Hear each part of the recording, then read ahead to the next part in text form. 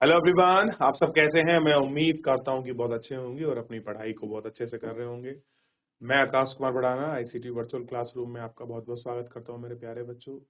जैसा आपको पता है मेरे प्यारे बच्चों, बेसिकली आपका जो है हमारी 10th क्लास है, पॉलिटिकल साइंस हम लोग देख रहे हैं। और हम लोग पिछले चैप्टर में आपका मान्यता प्राप्त दल कैसे हैं, कोई दल राष्ट्रीय दल कैसे बनता है, उसकी क्या शर्तें हैं मैंने आपको देखी, क्षेत्रीय दल बनने के लिए क्या कंडीशन है ये मैंने आपको बताई। या तो 6% वोट मिले हों या दो उसको सीट मिल जाए एमएलए की, तो वो राज्य में स्टैब्लिश हो जाता है।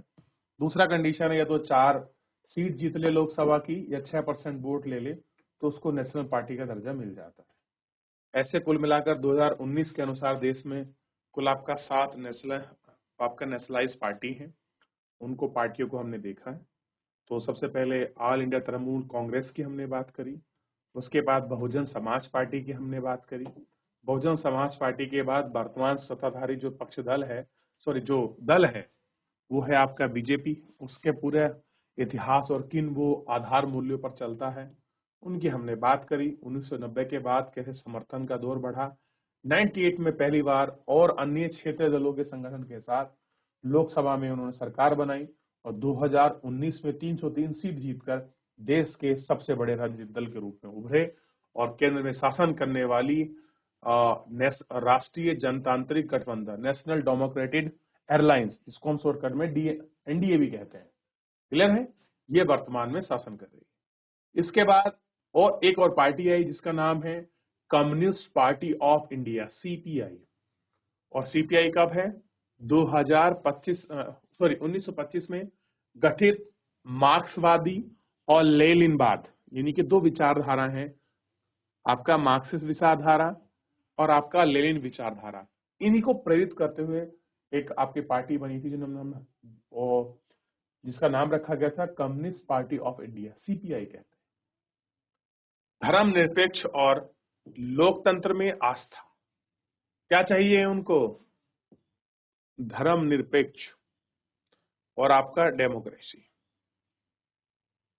अलगाववाद और संप्रदाय ताकतों के विरोधी है। कैसे हैं? जो लोग अलगाववाद की बात करते हैं, सांप्रदायिकता की बात करते हैं, ये उनका प्रखर विरोध करते हैं। यह पार्टी संसदीय लोकतंत्र को मजबूत, मजदूर वर्ग, किसान, गरीबों के हित को आगे बढ़ाने का एक उपकरण मानती है। कह रहे कि जो संसदीय में लोकतंत्र है उसमें जो आपका मजदूर वर्ग है, किसान है, जो आपके गरीब हैं, उनको आगे बढ़ने का एक उपकरण है ये ऐसा जिसमें गरीब लोग आपका बढ़ते हैं। ठीक, 1964 में फूट जिसमें मकापापा से अलग हुई का बाद जनाधार सिकुड़ता चला गया। केरल, वेस्ट बंगाल, पंजाब, आंध्र प्रदेश, तमिलनाडु में अभी भी ठीक स्थिति में।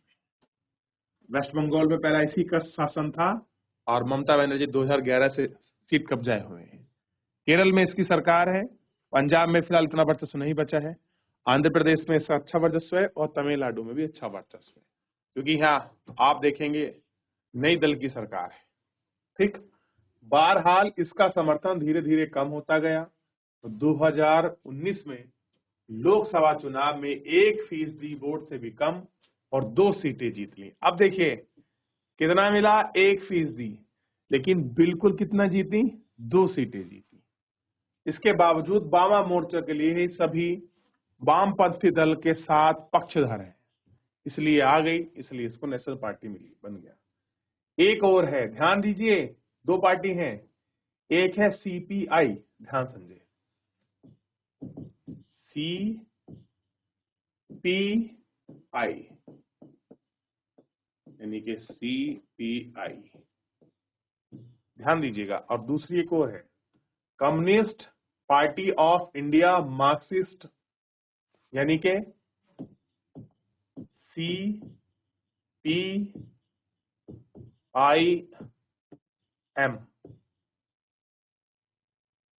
और कह रहे हैं कि communist party of India Marxist 1964 में स्थापित मार्क्सवाद, लेनिनवाद में आस्था, समाजवाद, धर्मनिरपेक्ष और लोकतंत्र की सार्थकता साम्राज्यवाद और सांप्रदायिकता के विरोधी। यह पार्टी भारत में सामाजिक आर्थिक न्याय का लक्ष्य धरने में लोकतांत्रिक चुनावों को सहायक और उपयोगी मानती है। पश्चिम बंगाल, केरल, त्रिपुरा में बहुत मजबूत आधार में है। गरीब, कारखानों, मजदूरों, खेतीहारों और बुद्धिजीवियों के बीच अच्छी पकड़ रखती है। यानी ये उसका वर्ग है जहां उसका होल्ड है। यह पार्टी देश में पूंजी का सामने करने वाली मुक्त आवाजाही अनुमति देने वाली नई आधारिक नीतियों को आलोचनक है। पश्चिम बंगाल में लगातार 34 वर्षों से शासन में रही। 2019 में चुनाव में इसने करीब 1.7% का वोट दिया। लोकसभा में 3 सीटें हासिल की। कितना करा? 1.7%। ठीक, 3 सीट इन लोकसभा, 3 सीट जीत की, तो मान्यता प्राप्त दल बन जाता है ना 2 सीटों पर। अब ये क्या हो गया? नेशनल पार्टी के रूप में भी है। सबसे पहले आप बिल्कुल कंफ्यूज ना होइए, सीपीआई और सीपीआईएम दोनों अलग अलग पार्टियां हैं। देखिए,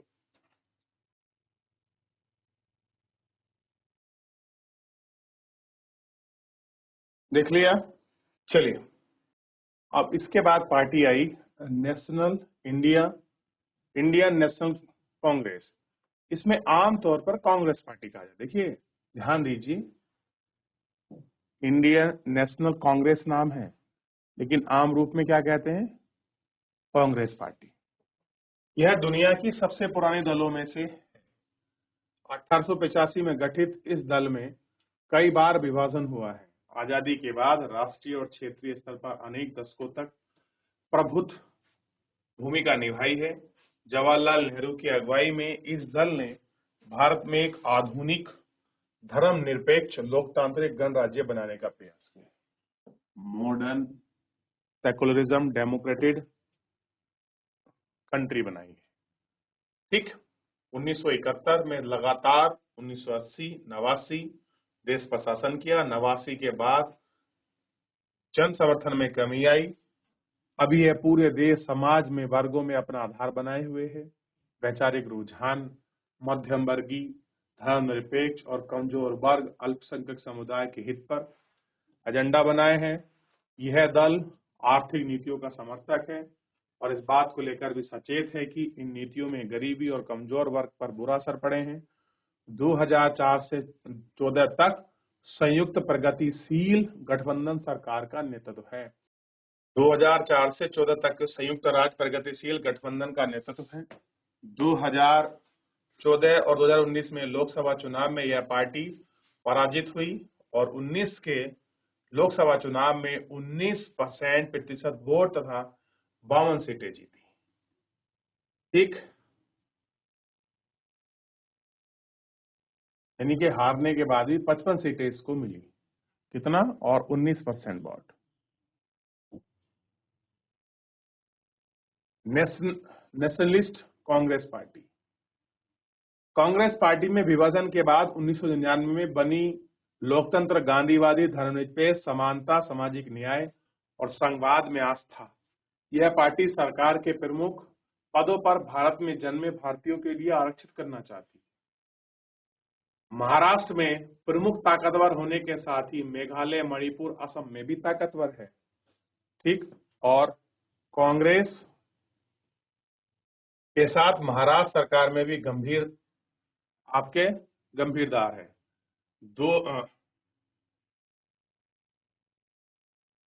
2004 में संयुक्त प्रगतिशील गठबंधन की समझदारी। 2019 के लोकसभा चुनाव में इसने 1.4% वोट और 5 सीटें प्राप्त की। इस तरीके से ये आया। तो ये इस तरीके से इतनी पार्टियां बनी और भारत में बहुत सारी पार्टियां हैं। थोड़ा सा आप ऊपर से देख के चलिए, जो आपका कुछ क्षेत्रीय पार्टी भी हैं, जैसे Jammu and Kashmir National Conference Front, Jammu and Kashmir National Pacific Party, Jammu and Kashmir Peoples Democratic Party. जैसे आप, ये तो होगी जम्मू कश्मीर में 3 पार्टियां, ठीक है, 1 2 3। यूपी में 2 हैं, आरएलडी, समाजवादी, ठीक है। आप बिहार में देखिए, जनता दल, लोक जन पार्टी, लालू प्रसाद की जनता दल, और 5 राष्ट्रीय लोक समता, ये भी बनी हुई है। अच्छा, अब आ जाइए पंजाब में। पंजाब में आम आदमी, अकाली शिरोमणि दल अकाली, और इंडियन नेशनल कांग्रेस, ये बना हुआ है, ठीक है। अब ऐसे दिल्ली में भी यही पार्टियां हैं, ठीक है। और बिहार का मैंने आपको बता ही दिए हैं। उत्तर प्रदेश, सिक्किम में देखिए, ये सिक्किम की पार्टियां हैं। और इधर देखिए, ये असम, और आपका जो आपके नागालैंड में है, असम यूनाइटेड डेमोक्रेटिक फ्रंट है, असम गण परिषद है, बोडोलैंड पीपल्स है, peoples of party Arunachal Pradesh है, नागा पीपल्स आपका फ्रंट है, ये आपका मणिपुर में भी एक्टिव है। तो इनको देखिए एक बार।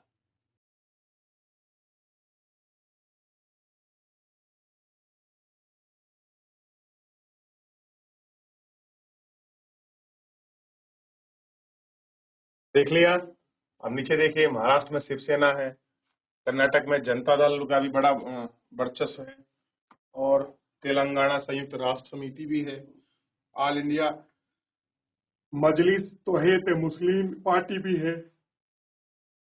ये सारी पार्टियां आपको मिलेंगी, और आपको केरल में मार्क्सिस्ट मिल जाएगी, ठीक है। ये सारी पार्टियां, इतनी भारत में इतनी पार्टियां घुसी हुई हैं कि बड़ी बड़ी नेशनल पार्टियां इन छोटी छोटी पार्टियों के साथ गठबंधन करती है, ठीक है। क्या करती है? गठबंधन करती है। देखिए, जैसे आपका मिजोरम पीपल कांग्रेस, मिजोरम आपका nationalist party, Mizo national front है, हिल स्टेट पीपल डेमोक्रेटिक है, United democratic party, national people party, आपका तेलुगु देशम पार्टी, वाईमेवा कांग्रेस पार्टी। कांग्रेस का मतलब होता है लोगों का समूह, ध्यान रखिएगा। हो गया? चलिए आगे देखते हैं। अब नेशनल कम्युनिस्ट पार्टी पूरा देख लिया। चलिए अब इसके बाद आगे कुछ आपका क्षेत्रीय दलों को हम लोग देखते हैं। आप राष्ट्रीय पार्टी में कुछ पूछना है आपका, जो जिनको हम केंद्र पार्टी है, आपको पता है 7 हैं, 7 के नाम हमने देख लिए, उनके बारे में पढ़ लिया। अब हम क्षेत्र दलों को पढ़ते हैं। क्षेत्र दल मतलब हर राज्य में जो पार्टी होती हैं, कुछ पार्टियां हैं जो आपका क्षेत्रीय दल हैं, कुछ क्षेत्रीय दल नहीं है, उन सभी को हम पढ़ते हैं, क्या होती हैं, कैसे बनती हैं, क्या उनकी कंडीशन है, इन सभी को देखते हैं। इन 7 पार्टियों के अलावा अन्य सभी प्रमुख दलों को निर्वाचन आयोग राज्य दल के रूप में मान्यता देते हैं। कैसे करते हैं? राज्य दल के रूप में मान्यता। आमतौर पर क्षेत्रीय दल कहा जाता है, और यही क्या है आपका क्षेत्रीय दल है।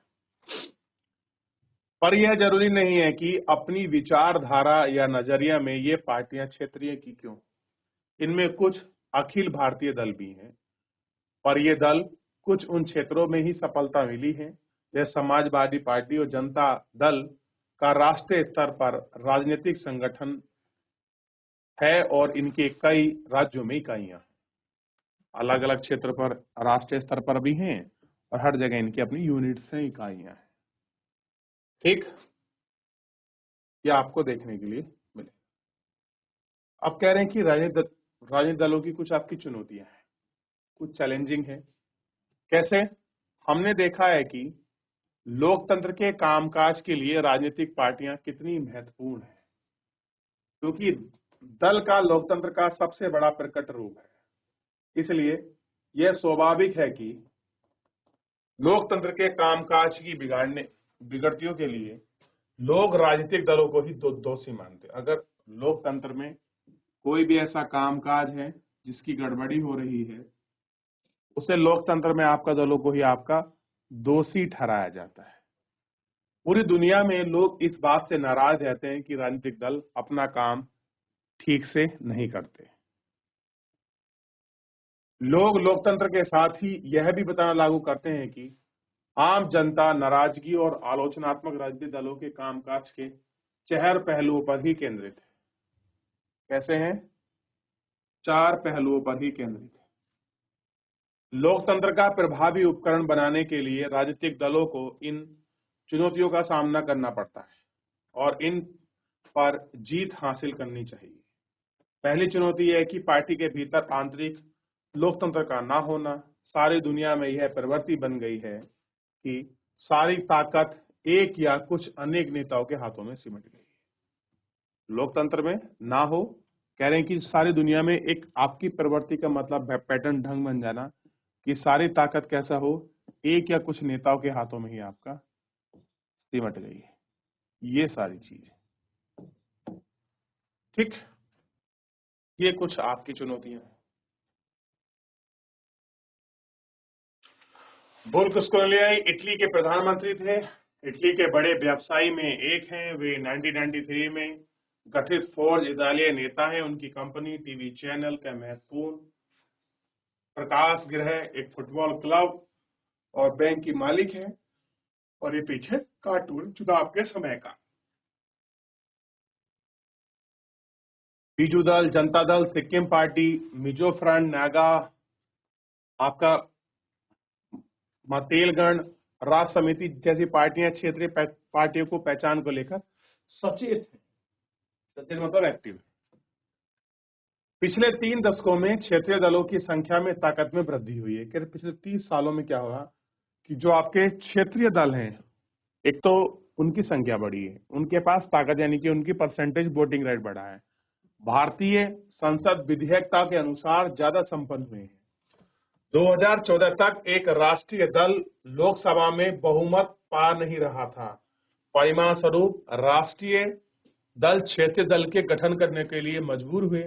1996 के बाद प्रत्येक क्षेत्रीय दल को एक या दूसरे राष्ट्रीय दल के गठबंधन सरकार बनने का हिस्से का अवसर मिला। ठीक, और इससे देश में संघवाद और लोकतंत्र मजबूत हुआ। कैसे हुआ? इससे जब आपका गठबंधन बना और एक तरफ राष्ट्रीय स्तर के साथ क्षेत्रीय दल मिले तो संगठन का हिस्सा बना और देश में आपका फेडरलिज्म और ये आपका मजबूत हुआ डेमोक्रेसी। और कह रहे हैं कि इसी गठबंधन की वजह से लोकतंत्र की नींव आपकी मजबूत हुई है और इसको आप देख सकते हैं। हो गया? चलिए, तो इस तरीके से ये राजनीतिक दलों की चुनौतियां भी हमने देखी। अब जो है इसका मेन नीचे पार्टियां जो वगैरह हैं उनको हम नेक्स्ट लेक्चर में देखेंगे। फिलहाल आप जितना आपने पढ़ा है यहाँ तक, किसी कोई डाउट, कोई क्वेरी, कोई क्वेश्चन, किसी बच्चे का कोई भी क्वेरी, कोई क्वेश्चन रह गया हो मुझसे पूछ लीजिए मेरे बच्चों, फिर हम लोग आगे बढ़ेंगे।